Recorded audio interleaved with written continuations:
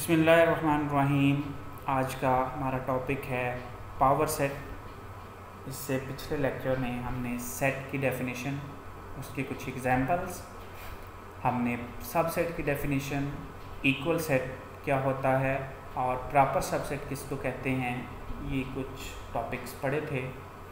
आज का हमारा टॉपिक है power set. If S is a set, then the power set of S is the set of all subsets of the set S. The power set of S is denoted by P of S, i.e. P of S is equal to set of X where X is subset of S. Power set का मतलब है कि एक हमारे पास कोई भी set है, उसके ऑल पॉसिबल सबसेट्स जो कि हम उसके बना सकते हैं, उनको हम पावर सेट कहते हैं। उसको एक सेट में क्लोज करने का नाम कि हम उसके ऑल पॉसिबल सबसेट्स जो कि हम बना सकते हैं और उनको एक ब्रैकेट में क्लोज करके एक सेट बना दें, तो जो सेट बनेगा उसका नाम होगा power set. As an example, S is equal to A, then P of S power set जो है वो इक्वल टू किसके होगा, एम्प्टी सेट। और वो सेट A खुद एम्प्टी सेट जो है वो हमने अभी जो है वो पिछले लेक्चर में पढ़ा था कि वो हर एक का सबसेट होगा।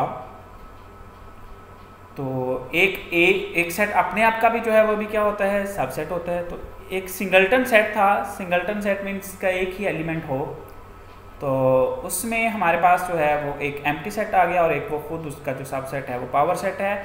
और सेकंड एग्जांपल है, if S is equal to A B, then P of S जो है वो इक्वल है एक एम्प्टी सेट हम लिखेंगे, एक A उसका सबसेट बनेगा, एक B उसका सबसेट बनेगा और फिर दोनों को हम इकट्ठा करके एक सबसेट A B बना लेंगे।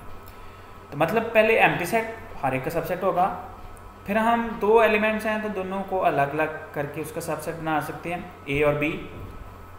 अब A जो है वो S सेट में पड़ा हुआ है, B सेट जो है वो भी S सेट में पड़ा हुआ है, ये A B जो है वो भी S सेट में पड़ा हुआ है।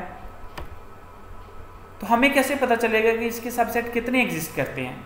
तो सबसे पहले आप ये एक फैक्ट है आपके पास, इसको ज़रा देखें। F S is finite set, एक ऐसा सेट जिसके एलिमेंट्स फाइनाइट हों, जिसके एलिमेंट्स हम काउंट कर सकते हो, मतलब 50 हैं, 100 हैं, लाख हैं, इनफाइनाइट ना हो। सेट ऑफ नेचुरल नंबर हमने पढ़ा था 1 2 3 4 and so on, that is infinite set.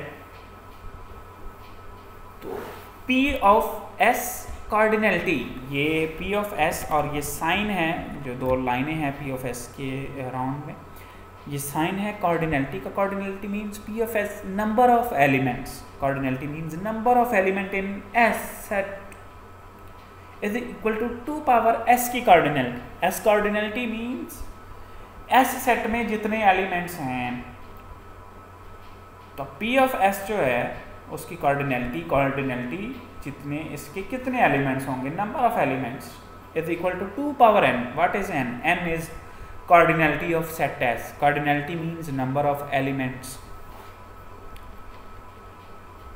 तो यहाँ पे जो हमारे पास सेकंड एग्जाम्पल थी, if S is equal to A B, then P of S, इसके दो एलिमेंट्स थे A और B, तो यहाँ से हमें पता चला कि इसके जो सबसेट्स बनेंगे 2 पावर 2 is 4। क्वेश्चंस हैं, if S is equal to empty set, then P of S जो है वो क्या होगा, एम्प्टी सेट ही होगा। एम्प्टी सेट का सबसेट जो है वो सबसेट होगा, इसका एक ही सबसेट बनेगा 2 पावर 0, इसका कोई एलिमेंट नहीं है, 2 पावर 0 इज 1, तो एम्प्टी सेट का सबसेट भी एम्प्टी सेट ही होगा। If S is equal to S और if S is equal to 5 and 5 set, ये दो एलिमेंट्स हैं 2 पावर 4 जो है 2 पावर 2 इसके 4 एलिमेंट्स जो हैं वो बनेंगे। देन पावर सेट्स जो हैं वो किसके इक्वल होंगे? सबसे पहले एम्प्टी सेट, ये ऐसा एलिमेंट है, एक एलिमेंट ये 5 है और एक एलिमेंट जो है वो रेड कलर में 5 और ब्रैकेट किया था, रेड ब्रैकेट जो है एज एलिमेंट यहाँ पे यूज़ हो रही हैं।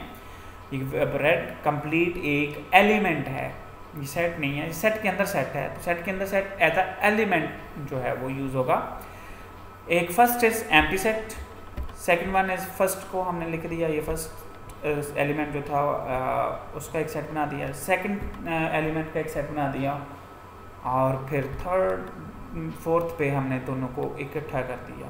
हम एक और एग्जांपल जो है वो सॉल्व कर सकते हैं, ज़रा गौर कीजिएगा।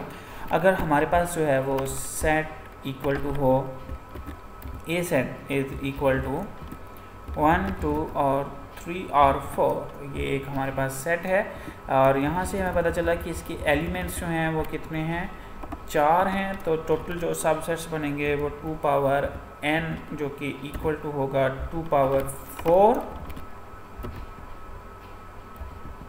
जो कि इक्वल आ जाएगा 16 के। तो इसके जो सबसेट्स बनने हैं जनाब वो हमारे पास 16 बनने हैं। तो हम स्टार्ट करेंगे, फर्स्ट इज़ एम्प्टी सेट।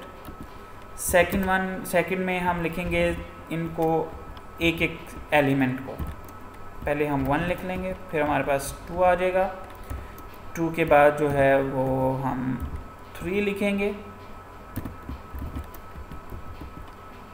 3 के बाद जो है वो 4 है। अब एक एक एलिमेंट कंप्लीट होने के बाद फिर हम 2 का पेयर बनाएंगे, 1 और 2 जितने पॉसिबल बन सकते हैं, फिर 1 और 3, फिर हम 1 और 4 और फिर हमारे पास आ जाएगा जी